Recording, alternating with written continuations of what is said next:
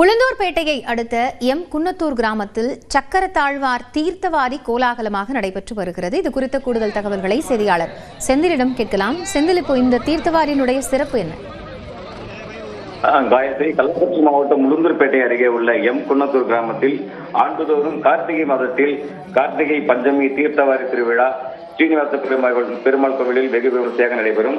அதனையொட்டி இன்று நடைபெற்ற தீர்த்தவாரியில் காலையில் பெருமாளுக்கு சிறப்பு அபிஷேகம் செய்யப்பட்டு புஷ்ப அலங்காரத்துடன் அலங்கரிக்கப்பட்ட குதிரை மற்றும் மாடு வாகனமுடன் மேலதாளங்கள் முழங்க நிகழ்ச்சி நடைபெற்றது.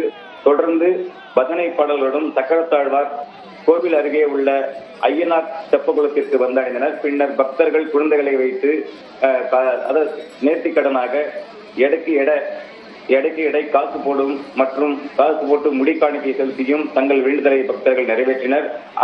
குளத்த மண்டபத்தில் வேத மந்திரங்கள் முழங்க யாகசாலை நடத்தப்பட்டு சக்கரத்தாழ்வாருக்கு பால், தயிர், இளநீர், தேன் உள்ளிட்ட சிறப்பு அபிஷேகம் செய்யப்பட்டது. இதனைத் தொடர்ந்து அருகில் உள்ள குளத்தில் பக்தர்கள் தீர்த்தவாரி நிகழ்ச்சி வெகு விமர்சையாக புனித நீராடி சிறப்பாக கொண்டாடி வருகின்றனர். காயத்ரி, நன்றி செந்தில், இது குறித்த தகவல்களுக்காக.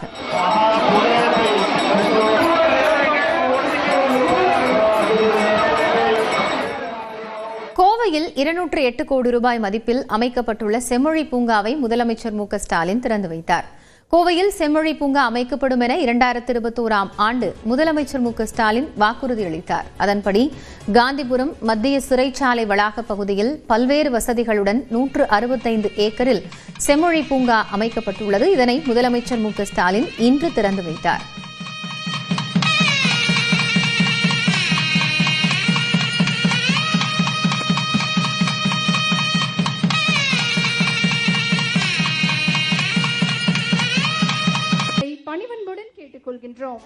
கல்வெட்டு மற்றும் செயற்கை மலைக்குன்றை திறந்து வைத்து கடையேழு வள்ளல்களின் சிலைகளை பார்வையிட்டார்.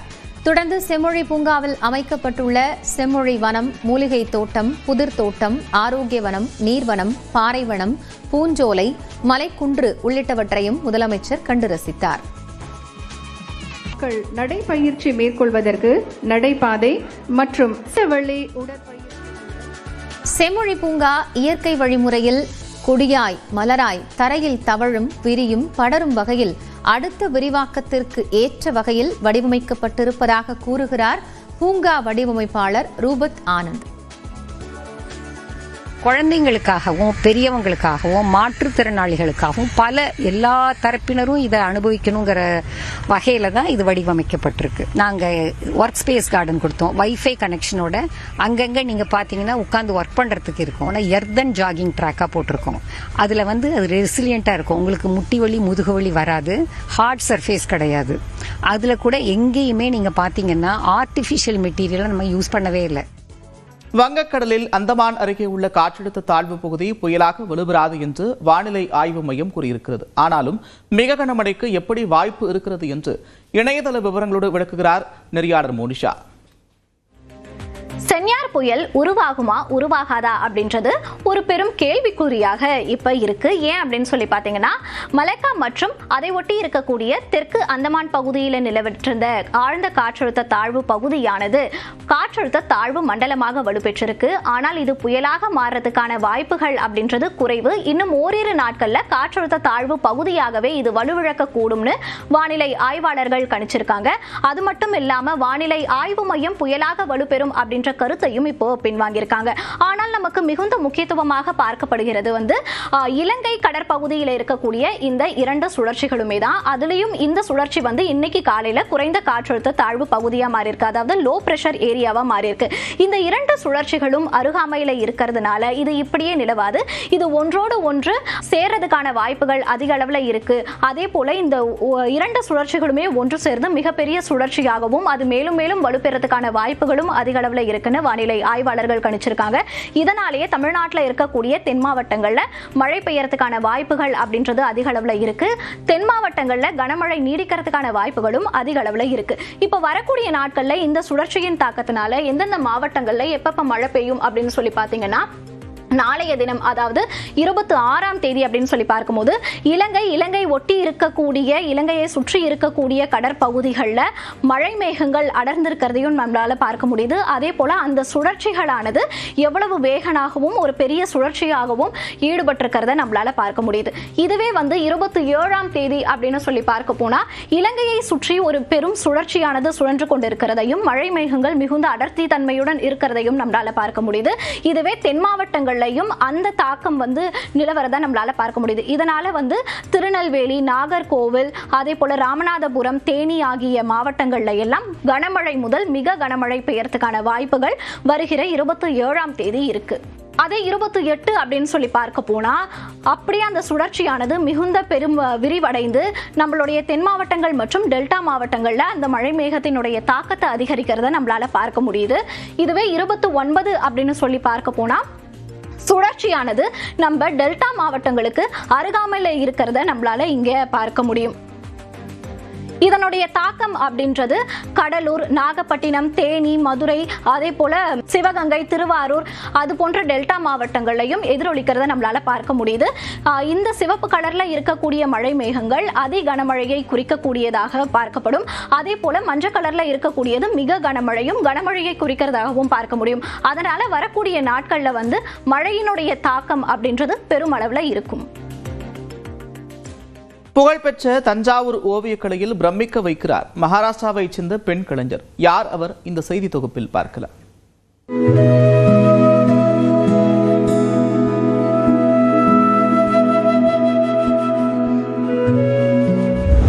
சோழர்களின் கட்டடக்கலை, நகரை சூழ்ந்து செல்லும் காவிரி நதி, செழிப்பான விவசாயம், இசைக்கருவிகள் உருவாக்கும் இடம். அந்த வரிசையில் தஞ்சாவூரின் மற்றும் ஒரு சிறப்பு பழமைமிக்க ஓவியக்கலை. மராட்டிய மன்னர்கள் மற்றும் கலைஞர்கள் கலைகளின் வளர்ச்சியை ஊக்குவித்த வரலாறும் இங்கு உண்டு. அப்படிப்பட்ட தஞ்சாவூர் ஓவிய கலையில் தற்பொழுது சிறந்து விளங்குகிறார் மகாராஷ்டிராவை பூர்வீகமாக கொண்டவரும் சென்னையில் வசித்து வருபவருமான ஏக்தா. தமிழர்களின் கலாச்சாரம், தொன்மை தன்மை தன்னை ஈர்த்ததாக கூறும் அவர் தஞ்சைக்கு சென்றபோது அங்கே காட்சிப்படுத்தப்பட்டிருந்த ஓவியங்களை பார்த்து அதனை கற்றுக்கொள்ளும் ஆர்வம் தூண்டியதாக கூறுகிறார். கடவுள் உருவங்கள் பலவற்றை வரைந்து தன்னுடைய இல்லம் முழுவதும் அலங்கரித்து வைத்துள்ள ஏக்தா தான் வரைந்த தஞ்சை ஓவியங்களை டெல்லி, மும்பை, சென்னை உள்ளிட்ட பல்வேறு பகுதிகளில் காட்சிப்படுத்தி கண்காட்சிகளையும் நடத்தி வருகிறார்.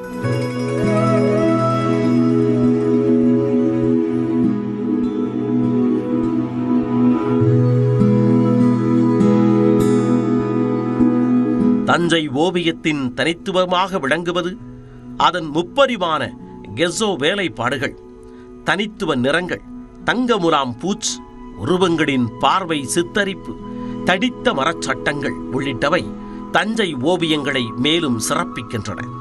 எனக்கு 20 years ஆயிடுச்சு இந்த டென்ஜோ பெயிண்டிங் பண்ணுறேன். நான் திருச்சி தஞ்சாவூரில் இருக்கும்போது நிறைய டெம்பிள்ஸ் பார்த்தாச்சு. அந்த டெம்பிள்ஸில் நிறைய ஸ்கல்ப்சர்ஸ் இருந்துச்சு. அந்த ஸ்கல்ப்சர்ஸ்க்கா சேம் தஞ்சோ பெயிண்டிங் மாதிரி இருக்கா? அந்த தஞ்சோ பெயிண்டிங் பார்த்தாச்சின்னா அதில் நிறைய கோல்டு இருக்கா, ஸ்டோன்ஸ் இருக்கா, எல்லாம் பார்த்துட்டு ரொம்ப ஷைனிங் இருக்கா. அதை எனக்கு ரொம்ப அட்ராக்ட் பண்ணியாச்சு அந்த ஷைனிங்ஸ். ஒவ்வொரு ஓவியத்தையும் வரைய பல நாட்கள் ஆவதாக கூறப்படும் நிலையில் இதனுடைய மதிப்பு 30,000 ரூபாய் முதல் லட்சங்கள் வரை விற்பனை செய்து வருகிறார் ஓவியர் ஏக்தா. 4x6 பெயிண்டிங் பண்ணோக்கா 4 to 5 years டெய்லி ஒர்க் பண்ணுறேன்னா 3 to 6 months ஆயிரும். Depend on how many figures இந்த பெயிண்டிங். அப்புறம் நான் நடுவில் தஞ்சோ பெயிண்டிங்லே கொஞ்சம் வேரியேஷன்ஸ் பண்ணுறேன். இப்படி தஞ்சோ பெயிண்டிங்க்கு ஆத்தென்டிசிட்டி மெயின்டைன் பண்ணிட்டு எப்படி சேஞ்சஸ் பண்ண முடியுமா அந்த மாதிரி ட்ரை பண்ணுறேன். இந்த நவீன யுகத்திலும் எவ்வளவுதான் செயற்கை நிறங்கள் பயன்படுத்தி புதிய ஓவியங்கள் வரையப்பட்டாலும் இயற்கை நிறங்களை கொண்டு வரையப்படும் ஓவியங்களுக்கு ஈடாகுமா என்ற கேள்வியை பார்வையாளர்களுக்கு எழுப்புகின்றன ஏக்தாவின் இந்த ஓவியங்கள். கற்பனையும் கலைநயமும் தனக்கு உறுதுணையாக இருப்பதால் அடுத்த கட்டமாக தனது பயணத்தை விரிவுபடுத்த இருக்கிறார் ஓவிய கலைஞர் ஏக்தா. நியூஸ் 18 தமிழ்நாடு தொலைக்காட்சி செய்திகளுக்காக ஒளிப்பதிவாளர் பிரேம்குமாருடன் சுபாஷ் பிரபு. தொடரும் அண்மை செய்திகளுக்கு இணைந்திருங்கள். இது நியூஸ் 18 தமிழ்நாடு.